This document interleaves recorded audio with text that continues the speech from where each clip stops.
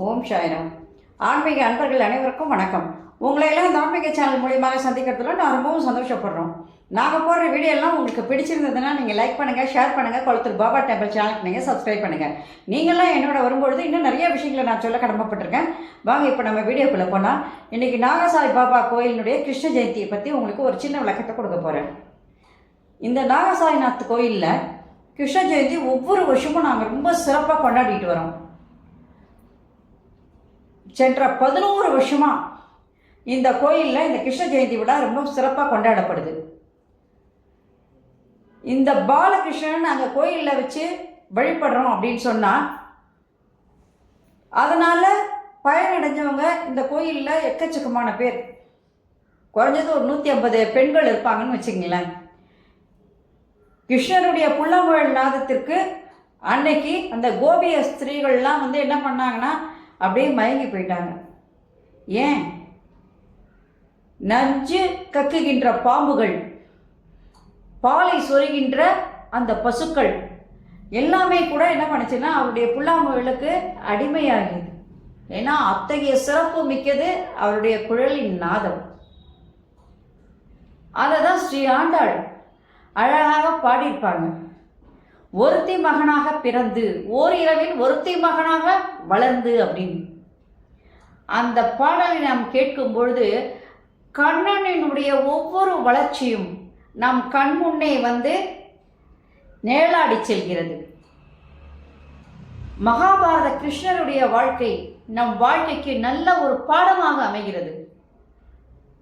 பிருந்தாவனத்தில் போய் இன்னைக்கு போய் பார்த்தீங்கன்னா அங்குள்ள பக்தர்கள் எல்லாம் அந்த மண்ணில் சாமி கும்பிட்டதுக்கு அப்புறம் அந்த மண்ணில் பிறண்டு உருண்டு போவாங்க.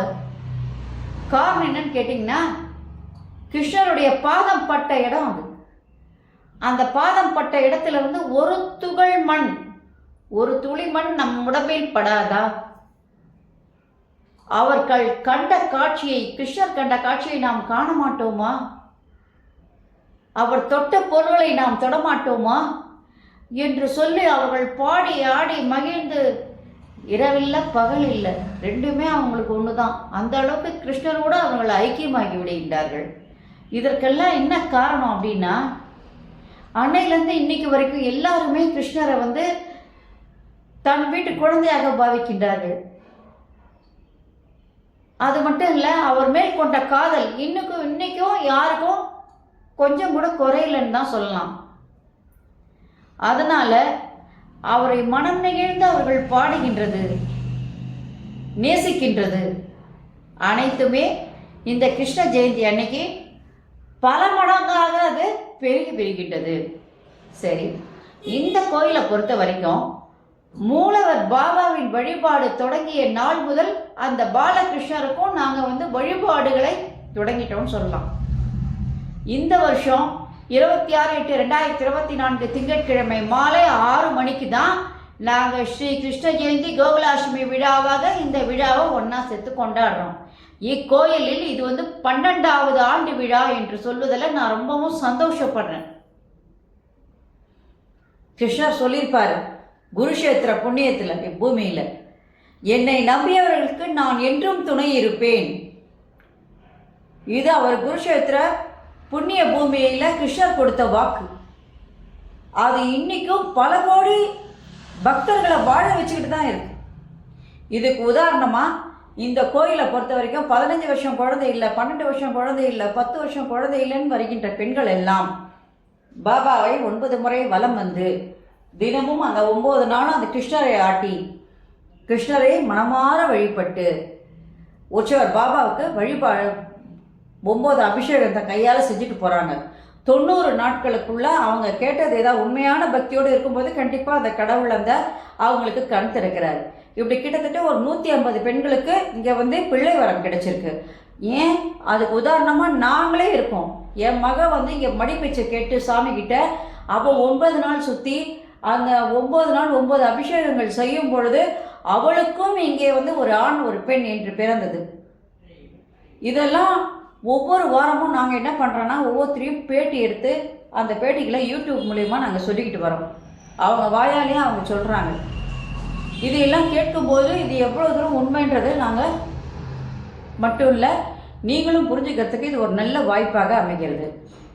அன்றைக்கி நாங்கள் என்ன செய்வோன்னா, அந்த கிருஷ்ணருக்கு வந்து பால் அபிஷேகம் அல்லது பன்னீர் அபிஷேகம் ஏதாவது ஒன்று பண்ணிவிட்டு அவருக்கு வந்து பட்டாடை உடுத்தி நல்ல மலர்களால் அலங்காரம் செய்து நகைகளெல்லாம் பூட்டி அவரை வந்து அழகான மலர்கள் அலங்கரித்த அந்த தொட்டிலே அவரை அமர்த்தி அனைவரும் வழிபாட்டிற்கு நாங்கள் தயாராகும்.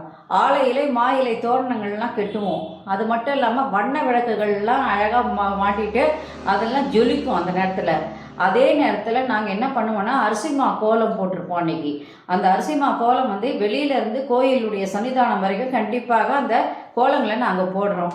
அதெல்லாம் போடும்போது பார்க்குறதுக்கு எப்படி இருக்கும்னா, இறைவன் வந்து வெளியிலேருந்து உள்ளே வரார், அழகாக இந்த கோயிலில் குடியிருக்கிறார் அப்படின்னு நினச்சி தான் பக்தர்கள் எல்லாம் என்ன பண்ணுவாங்கன்னா, அன்றைக்கி தங்களால் முடிந்த ஏதாவது ஒரு பாடல் பாடுவதோ இல்லை ஸ்லோகங்கள் சொல்வதோ இல்லை ஸ்தோத்திரங்கள் சொல்வதோ இல்லை கிருஷ்ணரை பற்றி அந்த கிருஷ்ணாஷ்டகம் சொல்வதோ ஏதோ ஒன்று பாடி எல்லாரும் ஒன்று சேர்ந்து அந்த பஜனை எல்லாம் பண்ணி அதுக்கப்புறம் நாங்கள் இந்த பூஜை வழிபாடுகளை செய்கிறோம். கிட்டத்தட்ட அன்றைக்கி நாங்கள் 6 மணிக்கு தான் இந்த பூஜையை நாங்கள் கண்டிப்பாக செய்வோம். அது மட்டும் இல்லாமல் கோயிலில் வர்றவங்கெல்லாம் ஏதாவது ஒரு பலகாரம் எடுத்துகிட்டு வந்து சாமிக்கு வைப்பாங்க. நாங்களும் இங்கே என்ன பலகாரம் படைக்கிறோமோ அதையும் வச்சு சாமிக்கு தூப தீப ஆராதனைகள்லாம் காட்டி அருமையாக வழிபாடுகள் செய்து வழிபாடெல்லாம் முடிஞ்சதுக்கப்புறம் அவருக்கு ஒரு திஷ்டியும் சுற்றி போடுவோம். சுற்றி போடுறதுக்கு மட்டும் இல்லாமல் எல்லா வழிபாடு முடிஞ்சதுக்கப்புறம் சுண்டல் பாயசம் இதெல்லாம் எல்லாருக்கும் விநியோகம் செய்து நாங்களும் சாப்பிட்டு எல்லாருக்கும் விநியோகம் செஞ்சு கோயிலில் அந்த பஜனையை நாங்கள் ரொம்ப சிறப்பாக கொண்டாடி கொண்டு வருகிறோம். அப்படின்னு சொல்லும்போது இந்த கோயில் வந்து எத்தகைய சிறப்பு வழிபாட்டிற்கு உரியது என்பதை வந்து நான் சொல்கிறத விட மக்கள் எல்லாருமே நேரில் இந்த யூடியூப் மூலிமா சொல்லும்போது கண்டிப்பாக எல்லாருக்கும் அருள் கிட்ட வேண்டும், இந்த இறைவனுடைய அருள் கிட்ட வேண்டும் என்று சொல்லி நான் என் உரையை முடிச்சுக்கிறேன். நன்றி, வணக்கம். மீண்டும் நாளைக்கு வேற ஒரு தலைப்போடு உங்களை சந்திக்கிறேன். ஓம் சாய்ராம், ஓம் சாய்ராம். ஹரஹர மகாதேவா, சம்போ மகாதேவா. அனைவருக்கும் நலம் உண்டாகட்டும். Subscribe to my channel and please press the bell icon for more videos.